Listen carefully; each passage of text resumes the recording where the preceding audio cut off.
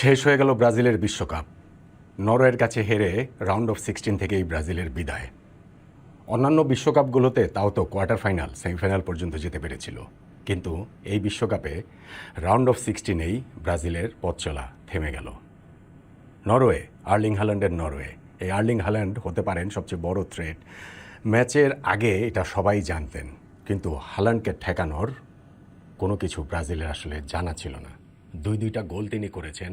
পুরো ম্যাচে ওই দুইটা মোমেন্টেই আর্লিং হাল্যান্ডকে দেখা গেছে, এবং তাতেই ব্রাজিলের বিদায় ঘণ্টা তিনি বাজিয়ে দিয়েছেন। ব্রাজিল নিজেদের ঐতিহ্যের কঙ্কাল। এই ব্রাজিল আর সেই ব্রাজিল নাই।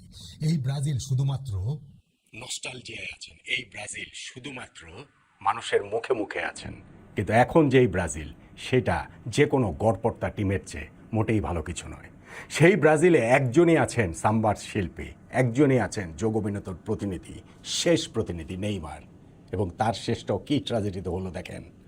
ইনজুরি টাইমের শেষ মুহূর্তে পেনাল্টি থেকে তিনি একটা গোল শোধ করলেন, এবং তাতে করে ওই অফসোসটা আরও অনেক বেশি করে বাড়ল যে নেইমার যদি ম্যাচের শুরু থেকে থাকতেন, যদি ওই সময়টা ব্রুনো গিমেরেজ যে ম্যাচের শুরুতেই পেনাল্টিটা মিস করেছেন, ওই সময় নেইমার থাকলে, নেইমার পেনাল্টি থেকে গোল করলে গোলটা তো তিনি করতেনই, এবং করতেন যে সেটা তিনি শেষেও বুঝিয়েছেন, তাহলে হয়তোবা সব কিছুই অন্যরকম হতো।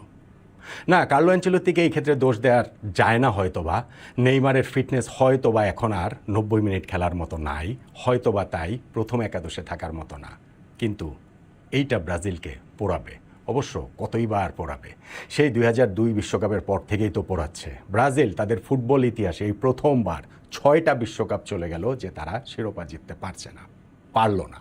এবং আদৌ এই ব্রাজিল আর কোনোদিন শিরোপা জিতবে কিনা, আদৌ আর কোনো ম্যাজিশিয়ান আসবেন কিনা, নেইমারই যেটা পারেননি, এর পরবর্তী প্রজন্মের